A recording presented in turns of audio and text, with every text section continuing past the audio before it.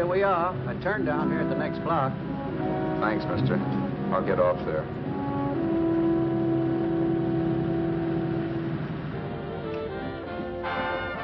Want anything else? No. Hey, you. Me? Yeah, you. Where you heading? East. Too bad. I thought if you was heading north, I might be able to help you out. I'm pushing to Salt Lake, and I don't like to ride alone at night. I'm one of those guys that got to talk or I fall asleep. Oh, sure, not much. My partner, he's got Lou to keep him company, but I ain't got nobody at all. Where you coming from? West. Yeah, sure, I know, but where, L.A.? Maybe. Got a cousin out in L.A. You don't say. Yeah, he's been out. You're not much of a talker, are you? My mother taught me never to speak to strangers. Oh, a wise guy. So what? Okay, don't get sore. Just trying to be sociable, that's all. Hey, Glamorous. You change for a dime, will you?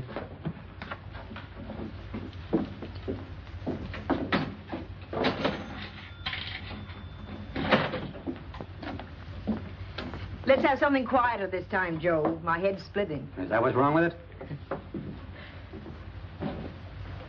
Done with your coffee? No. And don't rush me, will you?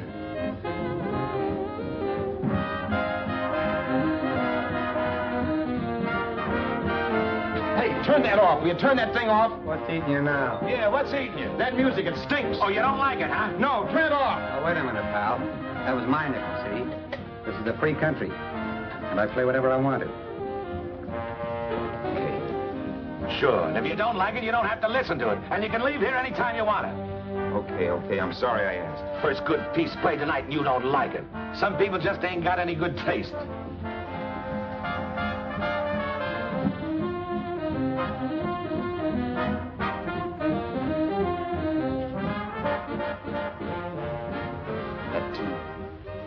That tune. Why was there always that rotten tune? Following me around, beating in my head, never letting up. Did you ever want to forget anything? Did you ever want to cut away a piece of your memory or blot it out? You can't, you know. No matter how hard you try. You can change the scenery.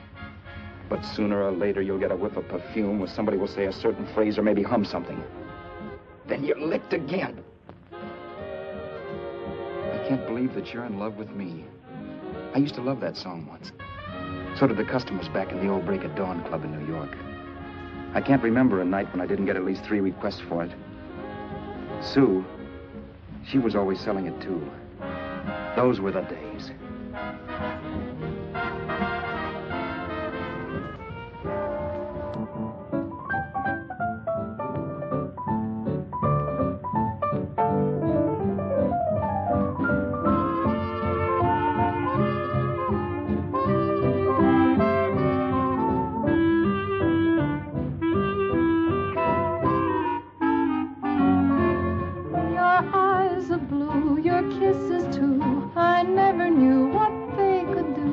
I can't believe that you're in love with me. You're telling everyone you know that I'm on your mind each place you go. They can't believe that you're in love with me. I have always placed you far above me.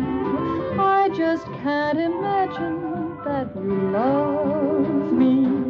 And after all is said and done, to think that I'm the lucky one, I can't believe that you're in love with me.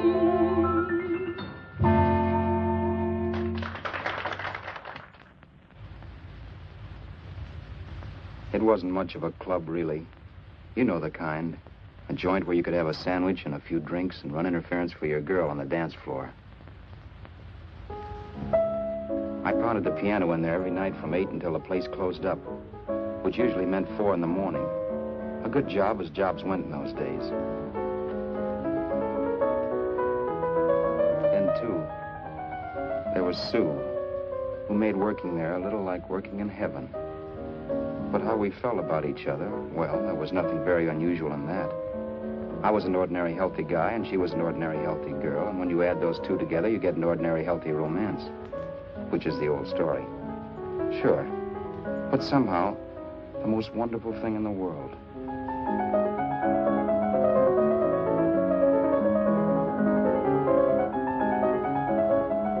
All in all, I was a pretty lucky guy.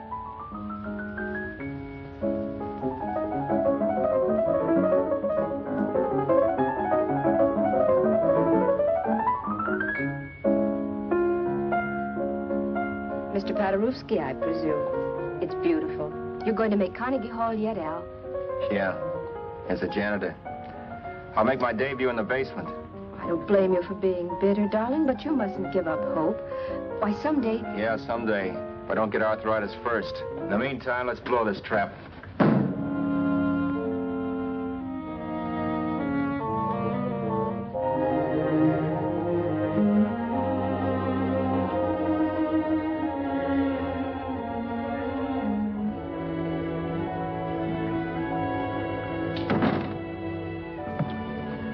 Like to get something to eat, hon? Oh, I don't think so, Al. I lose my appetite working in this flea bag. Let's go home. Okay. I can't stand much more of that dump. Did you see that drunk tonight trying to paw me? No, what drunk? Does it matter what drunk? Say, what's the matter with you tonight, darling? That's the third time you started to tell me something and then stopped. We shouldn't have any secrets from each other, Sue. Next week, we're going to make with the ring and the license. You and me will be a team. Yes, that's right. In the Bush League. I don't get you. We've been struck out. It's a funny way to talk, darling. Don't you want to marry me? Al, look, I love you. You know I do, and I want to marry you. But? But not now. Only after we've made good. Sunday, I'm going away. Oh, I know you'll think it's silly. That's why I hesitated to tell you. But I'm going to California. I want to try my luck in Hollywood. That's the most stupid thing I ever heard of. Don't you know millions of people go out there every year and wind up polishing cuspidors? I thought you had better sense. You sound as if you don't think I have any talent. That has nothing to do with it. I'll make out all right. Maybe. But what about me? Doesn't it mean anything to you that you're busting up all our plans? We may not see each other for years? It won't be that long. I thought you loved me. I do. You know I do. Well, here we are. Al, why can't you see my side of it? I'm young. We both are, and we've got all the time in the world to settle down. Oh, really, darling, what I'm doing is the only sane thing to do. I hate the thought of being so far away from you, but we'll be together again someday. Maybe you'll decide to come out too later on. So long. Al, aren't you going to kiss me goodnight? Sure, why not? Good night.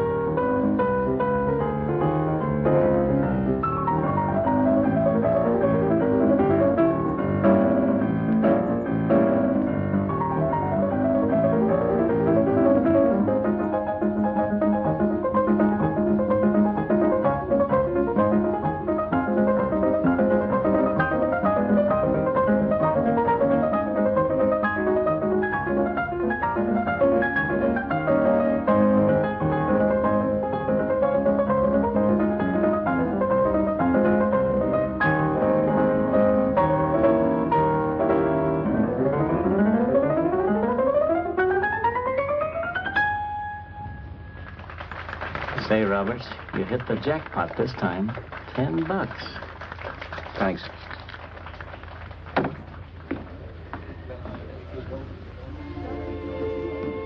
So when this drunk handed me a 10 spot after a request, I couldn't get very excited. What was it, I asked myself? A piece of paper crawling with germs. Couldn't buy anything I wanted. It couldn't... Then I thought of something.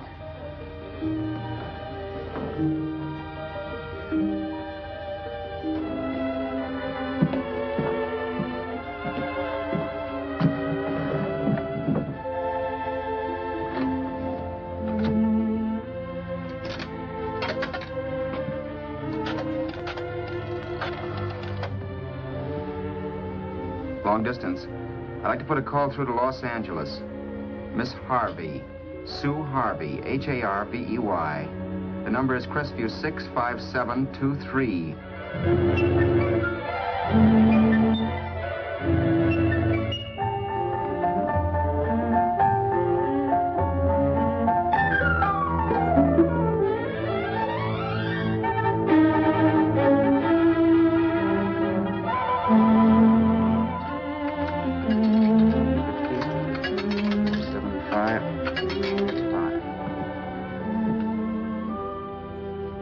Hello, Sue? This is Al. Oh, baby, it's great to hear from you, too. What's that? You do? Oh, me too, darling. I thought I'd go batty without you. I just had to... Huh? You're working as a hashlinger? Gee, honey, that's tough. Those guys out in Hollywood don't know the real thing when it's right in front of them. You just stick it out, Sue, baby. Keep going around to those casting offices. I'm sure you'll click. Look, I'll tell you what. You stay put out there, I'll come to you. No, don't try to stop me. Just expect me. Train? Who knows? Train, plane, bus, magic carpet. I'll be there if I have to crawl. If I have to travel by pogo stick. And then, let's get married right away, huh? That's the stuff. That's what I've been wanting to hear you say. Well, goodbye for now. I'll be seeing you soon. Yeah. Bye. The only way I could cross country was to thumb rides. For even after hawking everything, I only had enough money to eat. Money. You know what that is. It's the stuff you never have enough of.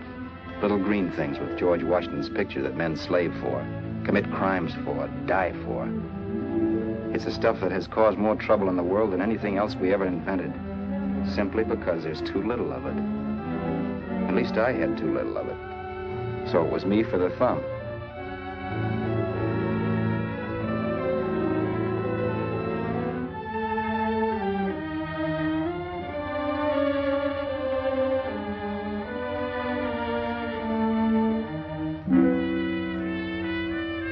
Ever done any hitchhiking? It's not much fun, believe me. Oh, yeah, I know all about how it's an education, how you get to meet a lot of people and all that. But me, from now on, I'll take my education in college, or in PS 62, or I'll send $1.98 in stamps for 10 easy lessons.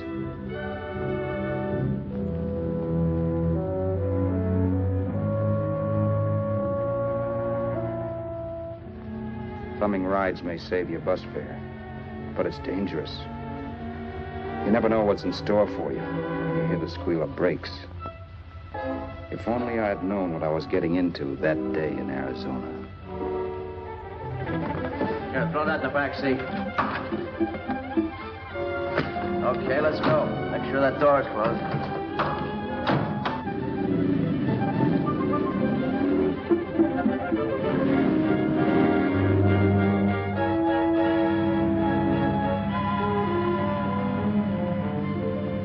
Emily Post ought to write a book of rules for guys thumbing rides.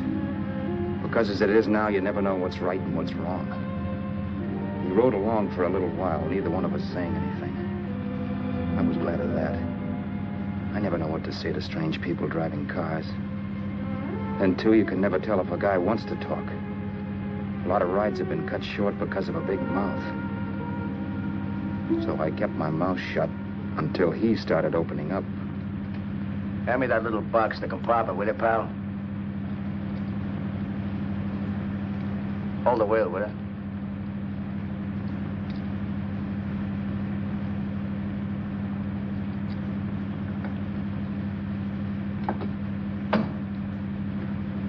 How far are you going? L.A. Wow, you're really traveling, aren't you? Yeah, but I don't expect to make it for a couple of years at the rate I've been promoting rides. Not much luck, huh? Sure, all bad. Not many people stop for a guy these days. Afraid of a stick-up, maybe. Well, you can't blame them. Where you coming from? New York? Well, New York. You're in luck this time. I'm going all the way. Right through to Los Angeles. You drive a car? Sure. Whenever you're tired, let me know. I'll holler. I guess at least an hour passed before I noticed those deep scratches in his right hand. They were wicked. 3 puffy red lines about 1/4 inch apart. He must have seen me looking at them because he said, Beauties, aren't they? They're gonna be scars someday. What an animal. Whatever it was, it must have been pretty big and vicious to have done that. Right on both counts, New York. I was tussling with the most dangerous animal in the world. A woman. She must have been Tarzan's mate. Looks like you lost the bout. Certainly wasn't a draw. You know, there ought to be a law against dames with claws. Yeah. I tossed her out of the car in her ear. Was I wrong? Give a lift to a tomato, you expect her to be nice, don't you? Yeah. After all, what kind of dame's thumb rides? Sunday school teachers? Yeah. A little witch. She must have thought she was riding with some fall guy. And me, who's been booking horses around racetracks since I was 20. I've known a million dames like her. 2 million. Yeah. Stopped the car, opened the door. Take it on the Arthur Duffy, sister, I told her. That's the stuff. As always done, huh? But if you want to see a real scar, brother, get a load of this. Wow. I got that one dueling. Dueling? Yeah, we're just kidding, of course. My dad owned a couple of Franco-Prussian sabers. Kept them on the wall for decorations. Well, one day, the kid and I took them down when the old man wasn't around. Had a duel. He got me in the arm here. Pretty mean cut. Infection set in later. Yeah, I can see that. Now, give me that box again, will you? Yeah.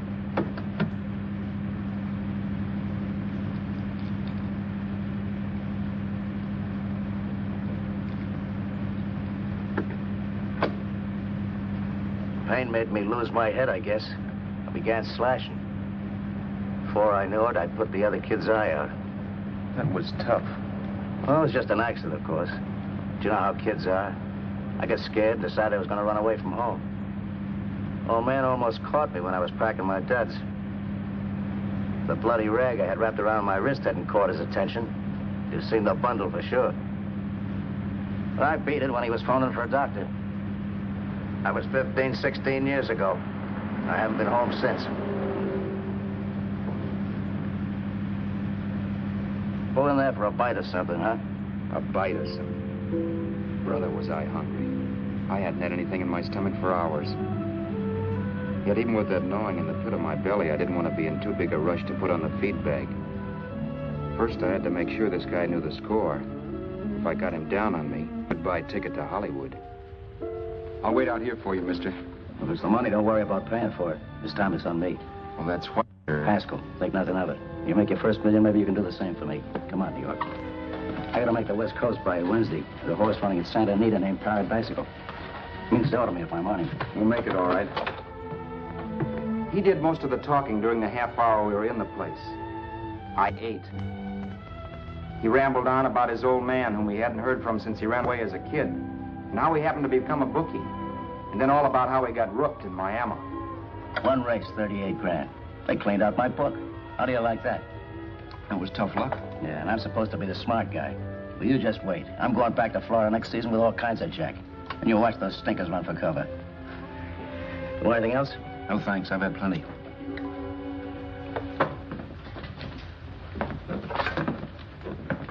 Can I check there, sister? Oh, just a minute. Your change, sir. Keep it, sister. Oh, thank you, sir. Call again. I'll be waiting outside for you when you finish work. Sharp check, huh?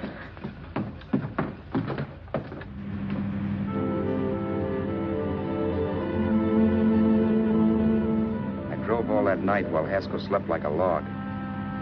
After a while, I began to get sleepy myself. I was happy, though. Soon I'd be with Sue again. The long trip was practically over, and there'd be no more hoofing it down the concrete. I began to think of the future, which couldn't have been brighter if I'd embroidered it with neon lights. It was nice to think of Sue shooting to the top. It's amazing what a full belly can do to your imagination. Your eyes are blue, your kisses too. I never knew what they could do. I can't believe that you're in love with me. You're telling everyone you know I'm on your mind each place you go. I can't believe that you're in love with me.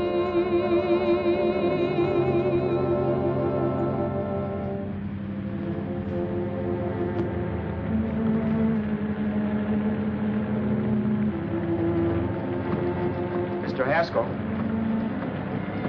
Mr. Haskell? Mr. Haskell, wake up. It's raining. Don't you think we ought to stop and put up the top?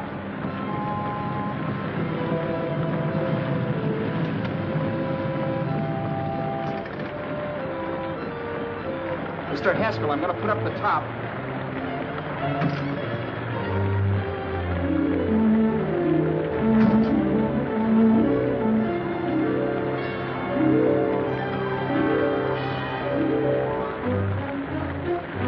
Until then, I had done things my way. But from then on, something else stepped in and shunted me off to a different destination than the one I had picked for myself. For when I pulled open that door. Mr. Haskell, what's the matter? Are you hurt? Are you hurt, Mr. Haskell? Start your sermon.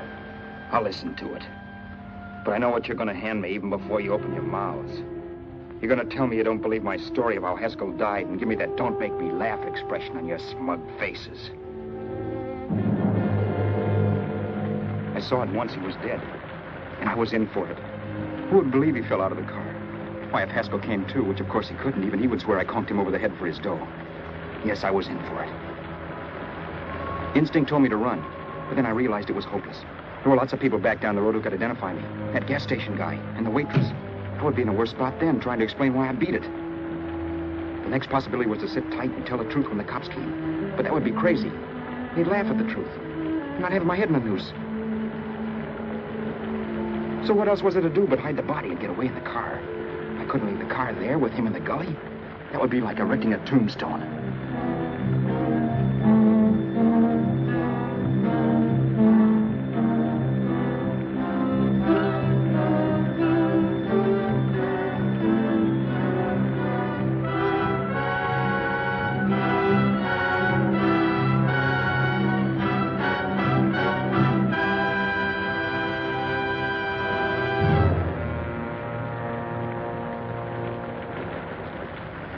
My idea was to cover him with brush, not to rob him. But then I remembered that even if I only drove the car for 100 miles or so, I would need money for gas.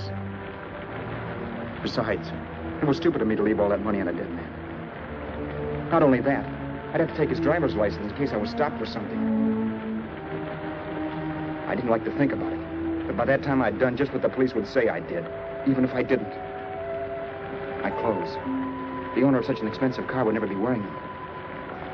Some cop might pull me in on suspicion.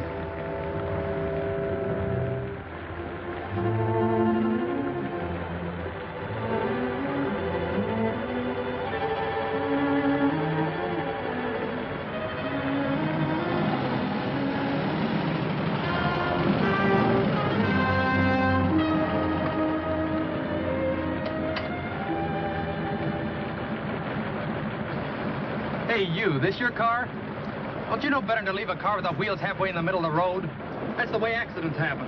I'm sorry, officer. I was just putting up my top. I didn't think. Well, the next time, think. I'll let you go now, but watch your step in the future. I know that's a lonely stretch, but cars come by here once in a while, and we have plenty of crack ups. Thanks, officer.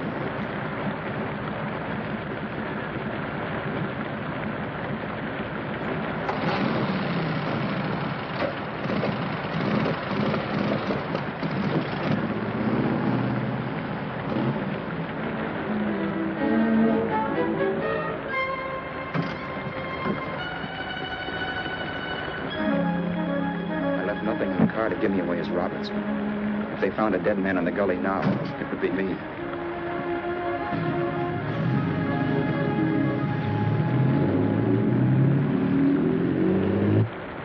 As I drove off, it was still raining, and the drops streaked down the windshield like tears. I kept imagining I was being followed and that I could hear sirens back in the distance. Just how long it took me to cover the 60-odd miles to the California state line, I don't know. I lost all track of time. But the rain had stopped and the sun was up when I pulled up to the inspection station. Hello? Carrying any fruits or vegetables? No. Any livestock or poultry? No. I'd like to see your registration and driver's license, please. Anything in the baggage compartment? This baggage. Charles Haskell, Jr., age 30, brown eyes, dark hair. Identifying marks, none. Are you Charles Haskell, Jr.? Yes. Well, remember, if you're employed and you stay over 30 days, you take out California plates. All right, officer, but I'll only be in the state a short while. Right, you can go now.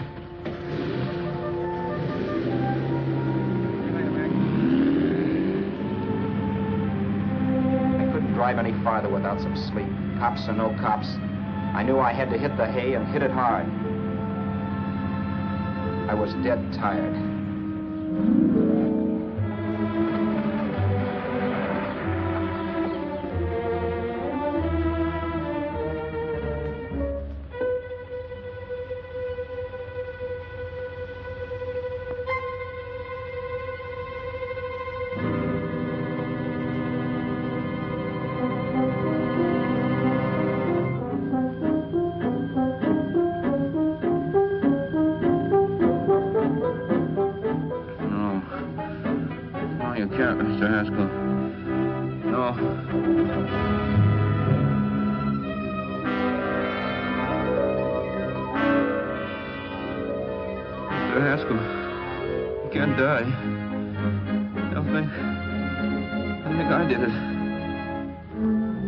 Mr. Haskell. No. No.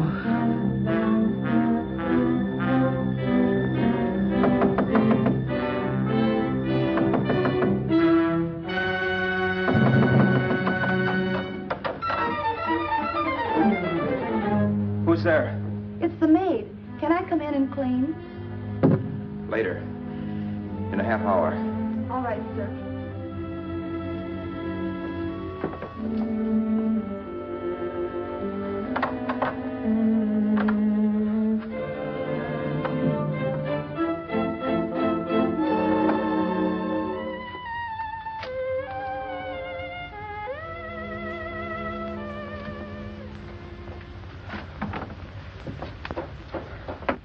There was no time to lose.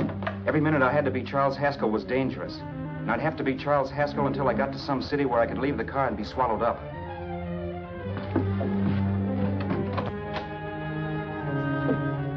That meant driving the car as far as San Bernardino, maybe even to Los Angeles. In a little town, I might be noticed, but in a city, I should be safe enough. Then, after I ditched the car, I could go on to Sue.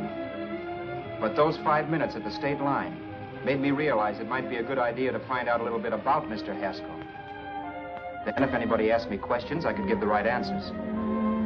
The first thing I found out was that I had $768. This was a lot of jack, but believe me, it was the kind of money I'd rather not have.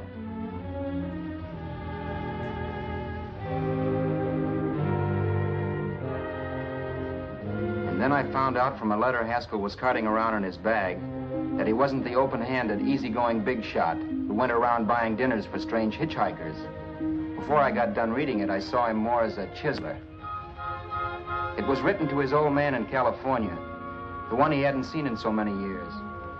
In it, Haskell posed as a salesman of hymnals, of all things. It was easy to see where Haskell expected to raise a new stake for his book in Miami by rooking his old man. That was about all I found out from his effects, and it was enough. I told myself, maybe old man Haskell was lucky his son kicked off. He would never know it. but it saved him from taking a flyer in Sacred Literature Preferred.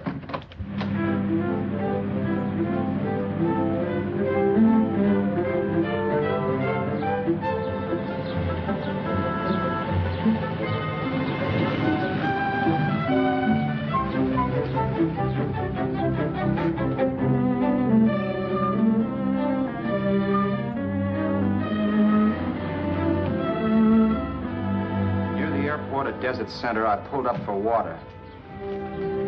There was a woman. Hey, you! Come on if you want to ride.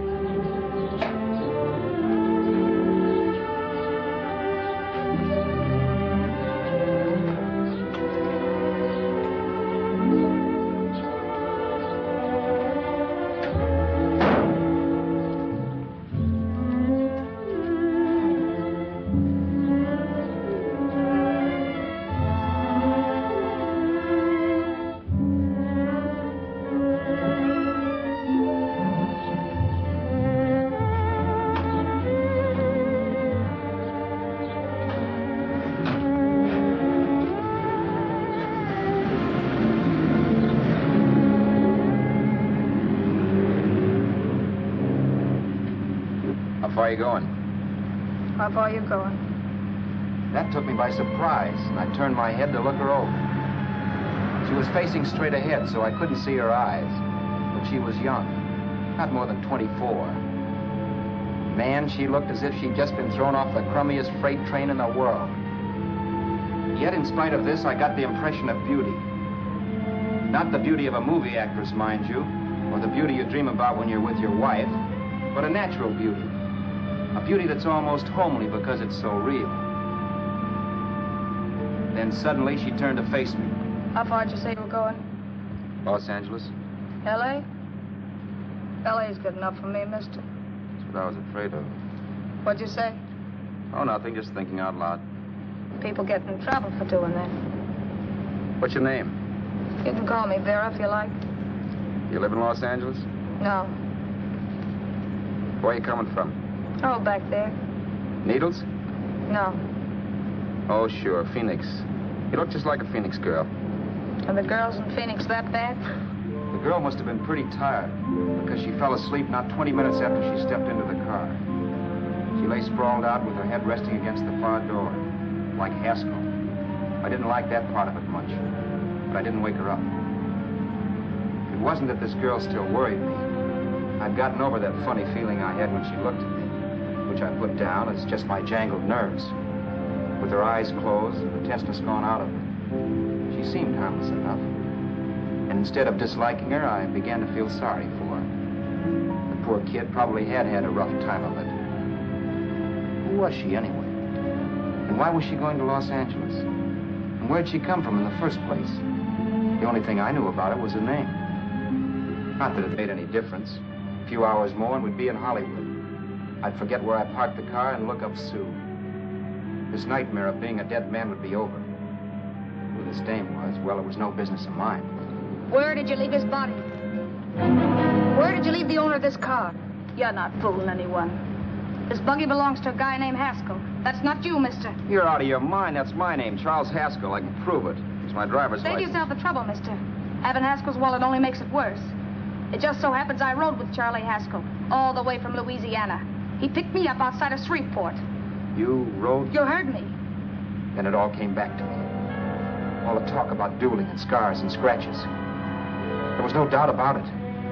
Vera must be the woman Haskell had mentioned. She must have passed me while I slept. Well, I'm waiting. My goose was cooked. She had me. That Haskell guy wasn't dead yet. He wasn't stretched out stiff and cold in any Arizona gully. He was sitting right there in the car, laughing like mad while he haunted me. Well? There was nothing I could say. It was her move. Vera, whatever her name was, was just my luck picking her up on the road. It couldn't have been Helen, or Mary, or Evelyn, or Ruth. It had to be the very last person I should ever have met. That's life. Whichever way you turn, fate sticks out a foot to trip you.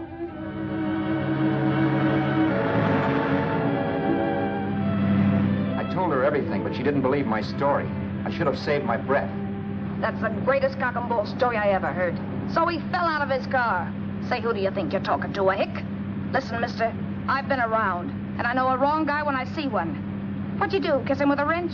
Now, wait a minute. What I told you was true. You see, that's why I had to do it. You think I killed him. Well, the cops would have thought so, too. Yeah, well, maybe they still think so. What makes you so sure I'll shut up about this? Vera, I'm innocent. Give me a break, will you? It won't do me any good having you pinched. The cops are no friends of mine. Now, if there was a reward, but there isn't. Thanks. Don't thank me yet. I'm not through with you by a long shot. Let's see that roll.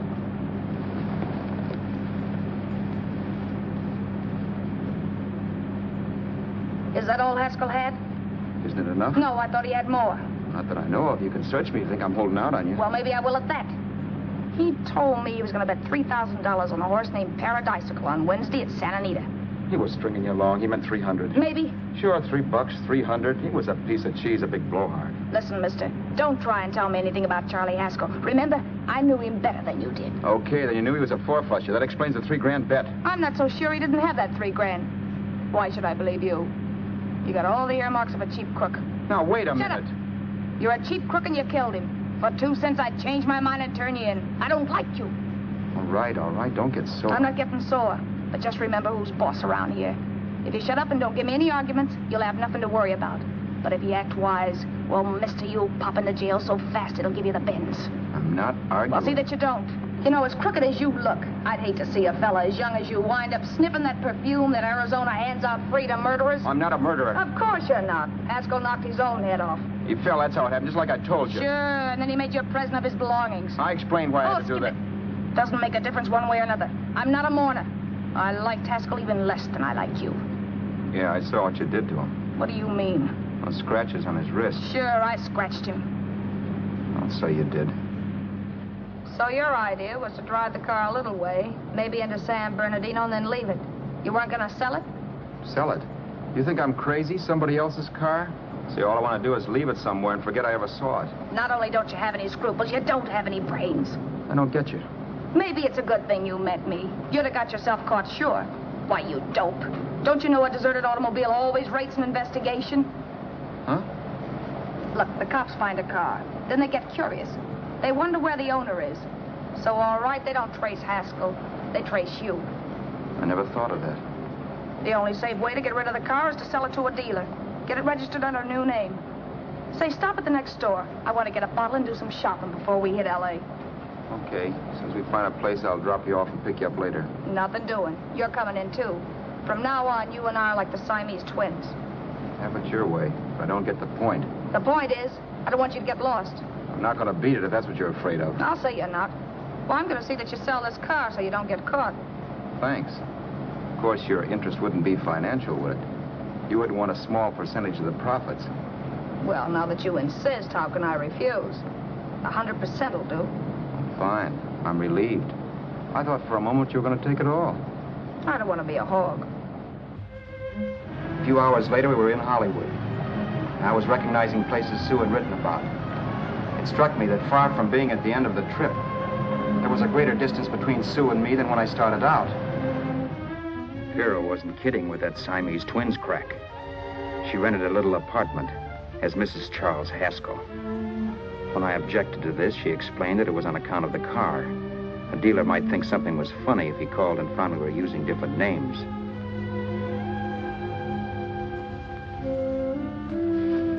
Home, sweet home. Yeah. Not bad, either.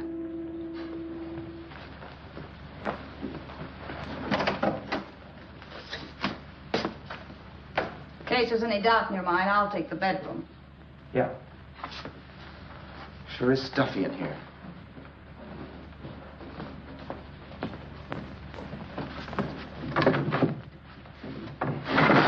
Keep the window shut. Okay. The old crow downstairs said there's a folding bed behind this door.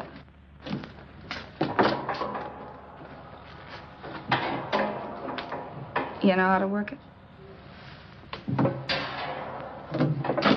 I invented it. Some joint. One can't have everything.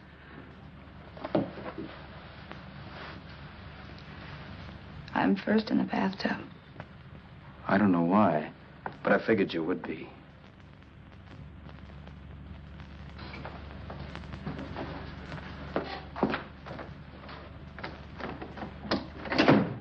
Boy, oh boy. It sure feels good to be clean again. I must be 10 pounds lighter.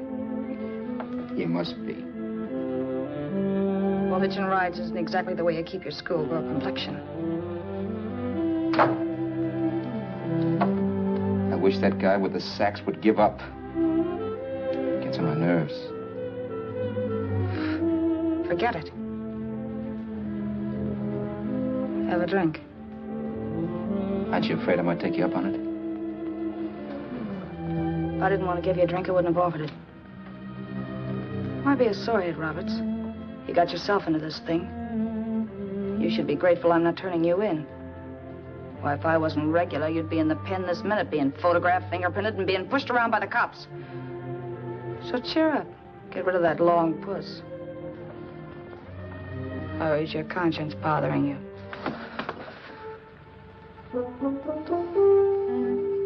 No. It isn't. Swell. That's the spirit. He's dead and no moaning around will bring him back. Anyway, I never could understand this worrying about something that's over and done with. Now look, Vera, for the last time I didn't kill him. Haskell was a sick man. Maybe he was dead before he fell out of the car. I don't know. Sure. He died of old age. All right. So if it'll make you sociable, you didn't kill him.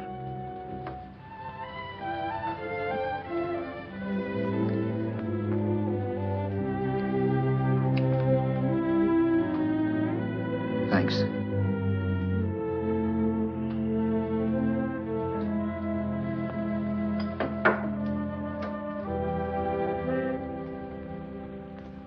We're out of liquor, Roberts. Yeah. Too bad. I felt like getting tight tonight. Well, I think you succeeded. Am I tight? As a prima donna's corset. That's good. I wanted to get tight. Why? What have you got to get tight about? Oh, I don't know. Few things. You should have my worries. If I had your troubles, I'd stay sober. And I've got the key to that door. Yeah. Maybe you're right. I'm always right. You know, I don't like your attitude, Roberts. Well, there's a lot of things I don't like. Sure. But life's like a ball game. You gotta take a swing at whatever comes along before you wake up and find it's the ninth inning. You read that somewhere. That's the truth, Roberts. All you do is bellyache. Taking it easy and, well, trying to make the best of things. But maybe that's what's wrong with the whole world. Get the professor. People knock themselves out trying to buck fate. Now, take you, for instance. You're lucky to be alive. Why, suppose Haskell had opened your door. You'd be playing a harp now. Think of that. You think of it. I'm tired of thinking. There's plenty of people dying this minute. I would give anything to trade places with you. I know what I'm talking about. I'm not so sure. At least they know they're done for. They don't have to sweat blood wondering if they are. Your philosophy stinks, pal. We all know we're going to kick off someday. It's only a question of when. But what got us on this subject anyway? We'll be discussing politics next. Yeah. Where'd you hide the butts? On the table, sucker.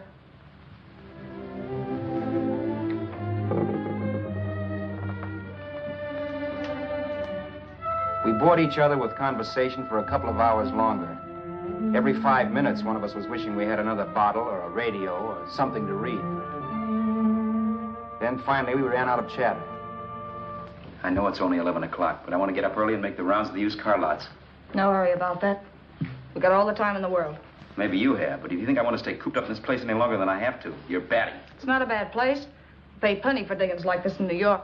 I wouldn't like it if it was the Ritz.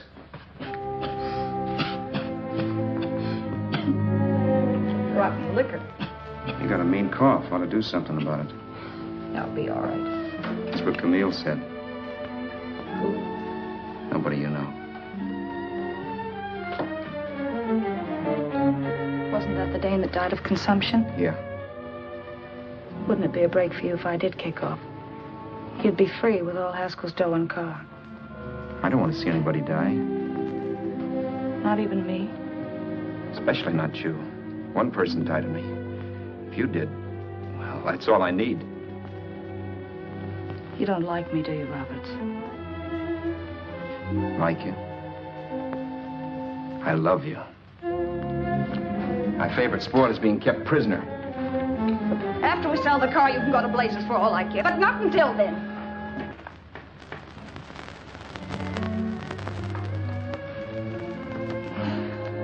I'm going to bed.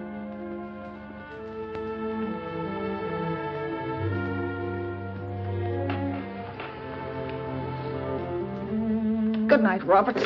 Don't try and sneak away during the night. All the doors are locked. Anyway, if I find you gone in the morning, I'll notify the police. They'll pick you up. Don't worry, I know when I'm in a spot. Well, good night. I hope that portable rack isn't too uncomfortable for you. Don't lose any sleep over it, will you, Vera?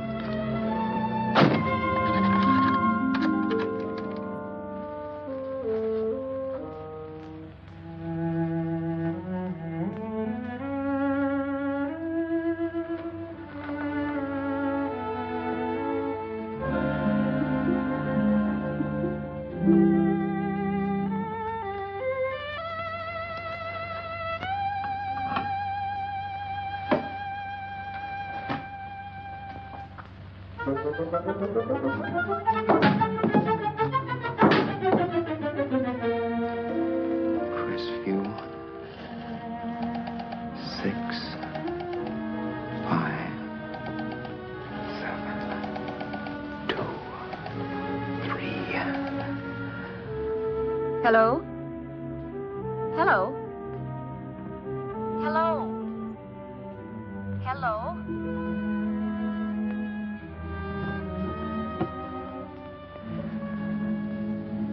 No. Not yet, darling. Tomorrow. Maybe. If this were fiction, I would fall in love with Vera, marry her, and make a respectable woman of her. Or else she'd make some supreme Class A sacrifice for me and die. Sue and I would bawl a little over her grave and make some crack about there's good in all of us. But Vera, unfortunately, was just as rotten in the morning as she'd been the night before. All right, I'm coming. Look, Vera, it's almost noon. So what? The dealers will be there all day? They'll be there all year, too, but it doesn't wait that long. Shut up. You make us like a husband. Well, do I rate a whistle? You sure do, but let's go. Let's go, let's go. I spent $85 in 2 hours preparing bait, and all you can say is let's go. Come on.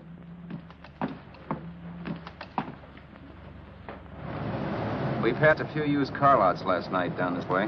What do you think we can get for this heap? I don't know. Plenty. You let me handle everything. Think we can get $2,000? I don't know, but don't worry. I'll squeeze as much out of this guy as I can. If I let it go cheap without a fight, he might think we've stolen the car.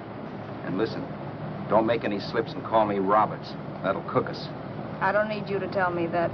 You better just sit by and keep your mouth closed. Remember, we're both in the soup if anything happens. Forget it and drive. You're my wife, Vera Haskell. Look, after the deal's closed, let's go back to that place on Hollywood Boulevard where I saw the fur jacket. I want to buy it. After the deal's closed, I'm saying goodbye to you. That's right, I forgot. I guess I'm getting kind of used to you.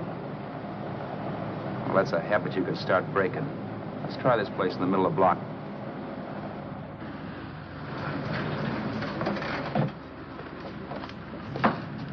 Good afternoon. What can I do for you? We're interested in selling a car. If the price is right. Well, if it's in good mechanical condition, it should blue book for about $1,600. Tony, take a look at this motor. $1,600. Are you kidding?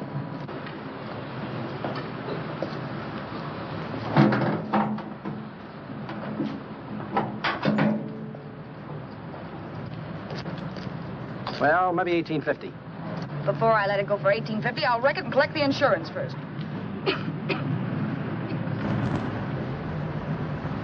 Lady, this motor's seen a lot of driving.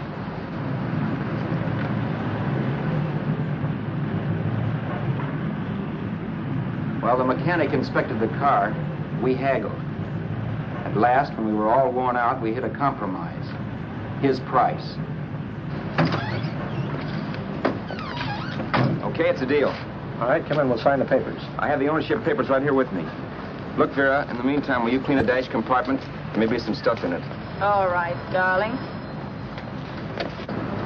$1,850. That dirty crook.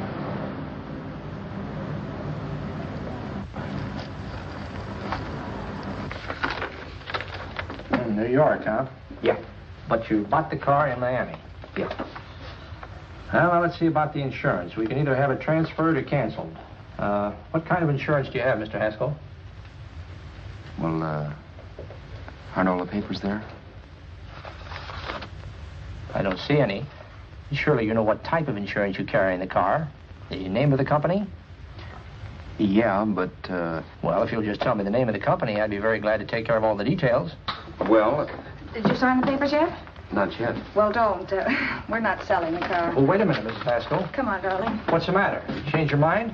Yes, I'm sorry. I guess I have. But, Vera... Let's go.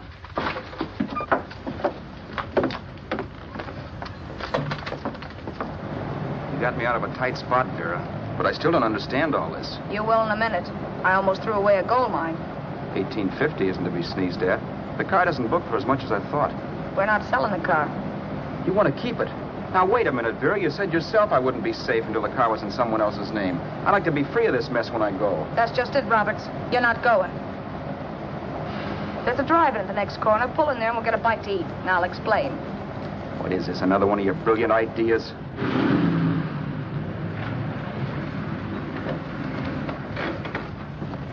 Oh, I take your order? Make mine a ham sandwich and coffee. And for you, sir? Oh, I don't care. The same. Thank you.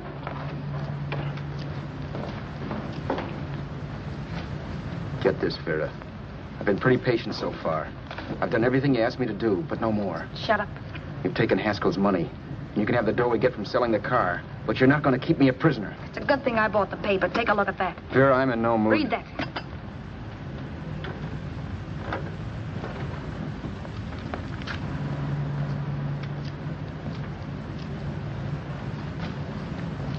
No. Yes. No, I won't do it. Yes, you will. You think I'm crazy? It's impossible, I tell you. Excuse me.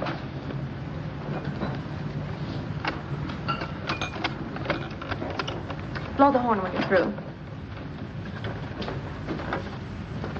No one could possibly get away with an act like that. It'd be wise to me in a minute. Don't be yellow. You look enough like him. The same coloring and the same build. See how his clothes fit you?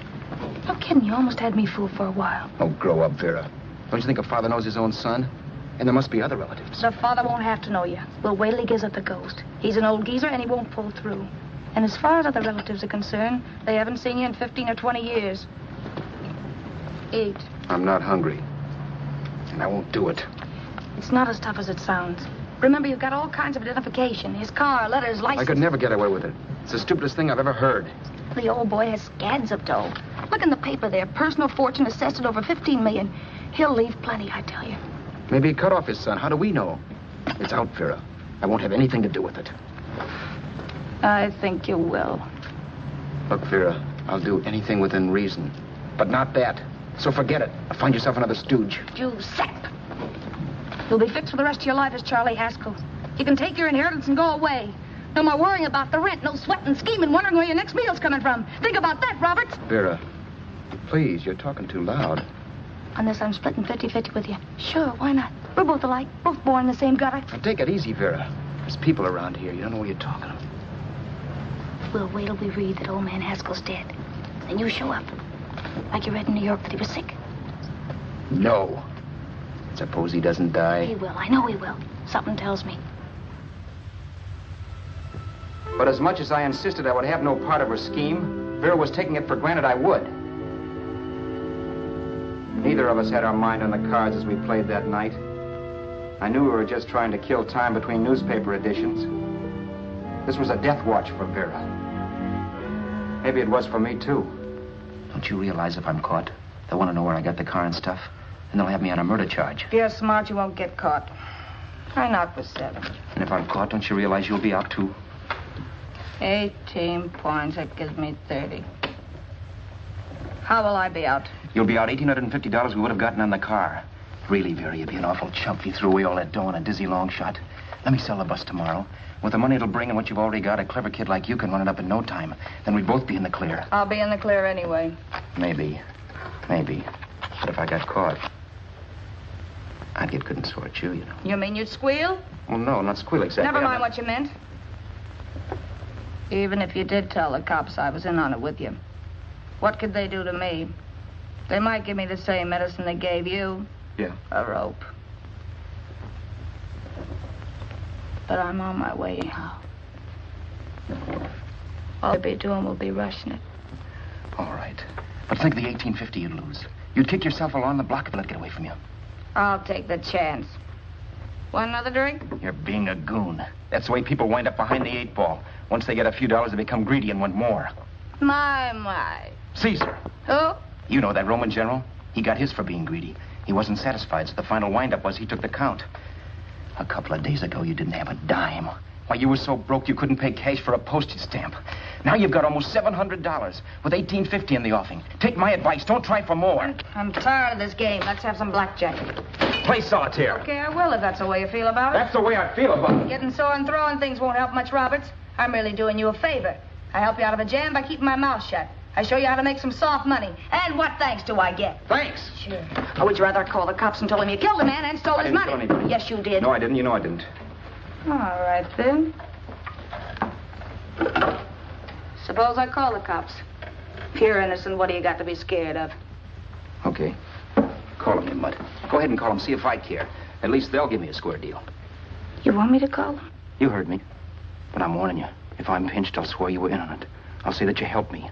If I fry, I'll get even with you. You wouldn't dare. You didn't. Yeah? Then try it and see. Call them. Yeah. Okay, I will.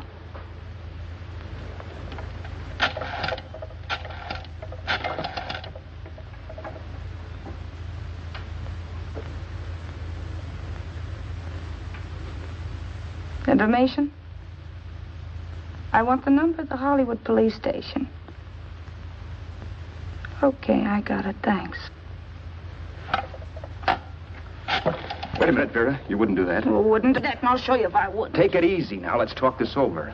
This was early in the evening, and the conversation, while hectic, was at least pitched low. But as the minutes passed, and more obstacles to her plan popped into my head, the air got blue. Each word coming from our lips cracked like a whip.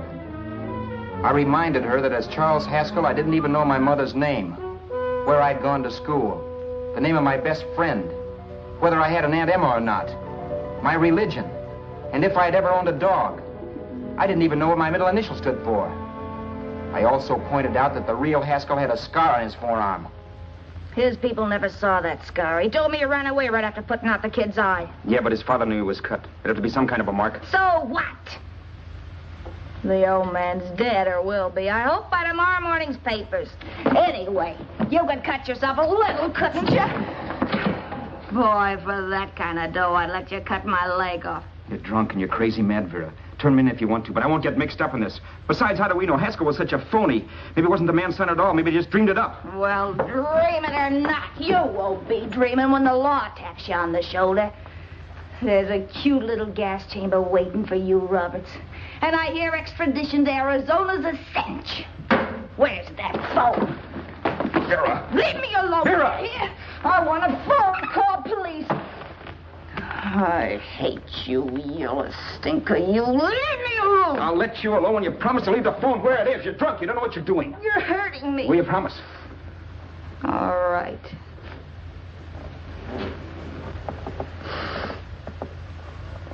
You hurt me.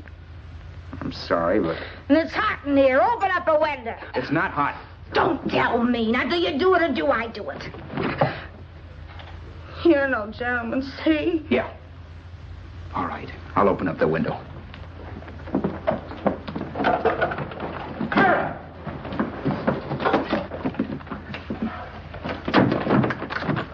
Open the door.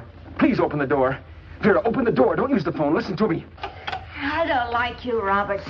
You're no gentleman, see? You hurt my hand, and I'm going to get even with you. If you don't open the door, I'm going to kick it down, Vera. Vera, don't call the cops. Listen to me. I'll do anything you say. Vera, let me in. I'll break the phone.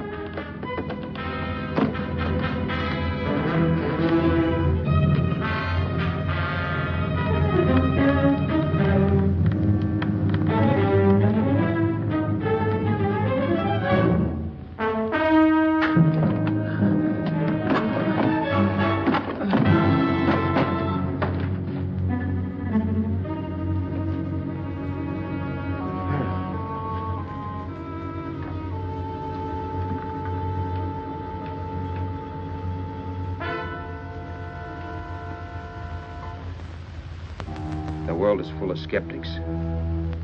I know. I'm one myself. In the Haskell business, how many of you would believe he fell out of the car?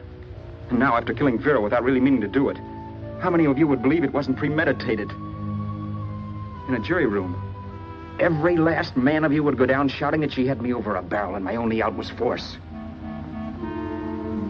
The room was still. So quiet that for a while I wondered if I had suddenly gone deaf. It was pure fear, of course.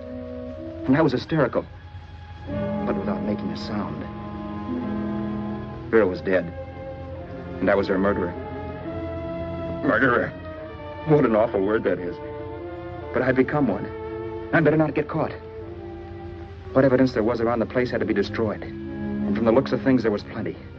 Looking around the room at things we'd bought was like looking into the faces of 100 people who had seen us together and who remembered me. This was the kind of testimony I couldn't rub out. No. I could burn clothes and hide bottles for the next 5 years. There'd always be witnesses. The landlady, for one. She could identify me. The car dealer, the waitress in the drive-in, the girl in the dress shop, and that guy in the liquor store. They could all identify me. I was cooked. Done for. I had to get out of there. While once I'd remained beside a dead body, planning carefully how to avoid being accused of killing him, this time I couldn't. This time I was guilty. I knew it. Felt it. I was like a guy suffering from shock. Things were whirling around in my head. I couldn't make myself think right. All I could think of was the guy with the saxophone and what he was playing. It wasn't a love song anymore. It was a dirge.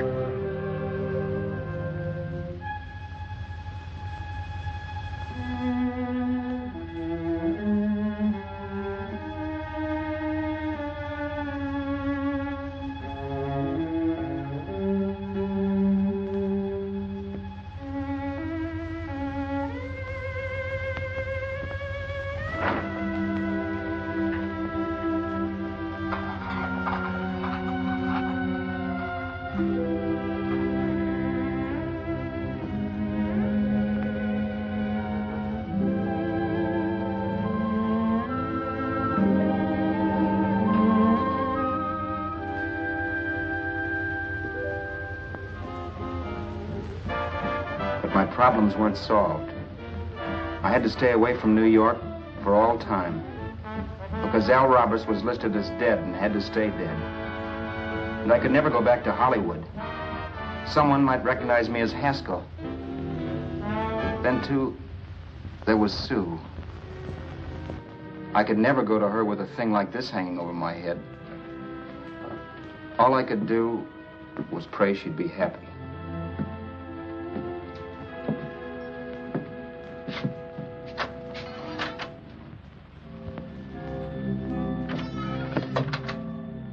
I was in Bakersfield before I read that Vera's body was discovered, and that the police were looking for Haskell in connection with his wife's murder. Isn't that a laugh? Haskell got me into this mess, and Haskell was getting me out of it. The police were searching for a dead man. I keep trying to forget what happened, and wonder what my life might have been if that car of Haskell's hadn't stopped. But one thing I don't have to wonder about. I know. Someday a car will stop to pick me up that I never thumbed.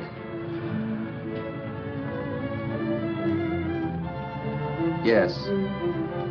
Fate, or some mysterious force, can put the finger on you or me for no good reason at all.